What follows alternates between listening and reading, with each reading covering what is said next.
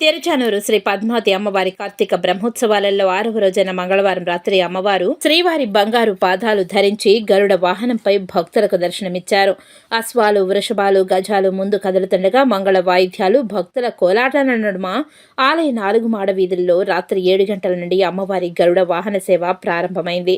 భక్తులు అడుగడుగున కర్పూర హారతులు సమర్పించి అమ్మవారిని సేవించుకున్నారు. గరుడ సేవ రోజున తిరుమలలో స్వామివారు తనకు అత్యంత ప్రీతిపాత్రమైన గరుకుమంత పై విహరిస్తారు. తిరుచానూరులో అమ్మవారు గరుడ సేవ జరుగుతున్నప్పుడు శ్రీవారు తన గుర్తుగా అమ్మవారికి తన బంగారు పాదాలను పంపుతున్నారు. గరుడు నిత్య సూర్యులతో అగ్రగణేశుడు. గరుణ్ణి 2 రెక్కల జ్ఞాన వైరాగ్యాలకు చిహ్నాలుగా పురాణాలు చెప్తున్నాయి. శ్రీవారు అమ్మవారిని గరుడాళ్వార్ దాసునిగా, చాందనిగా, ఆసనంగా, వాహనంగా సేవిస్తున్నారు. గరుడ పచ్చను వక్షస్థలంలో అలంకరించగా ధరించే శ్రీవారు పద్మావతి సమేతంగా నిజ సుఖాన్ని ప్రసాదిస్తారని పురాణాలు తెలియజేస్తున్నాయి. జ్ఞాన వైరాగ్యాలని ప్రసాదించే గరుడ వాహన సేవలో అలిమేలు మంగమ్మను దర్శించి సేవించిన వారికి మోక్షం లభిస్తుందని భక్తుల ప్రగాఢ విశ్వాసం.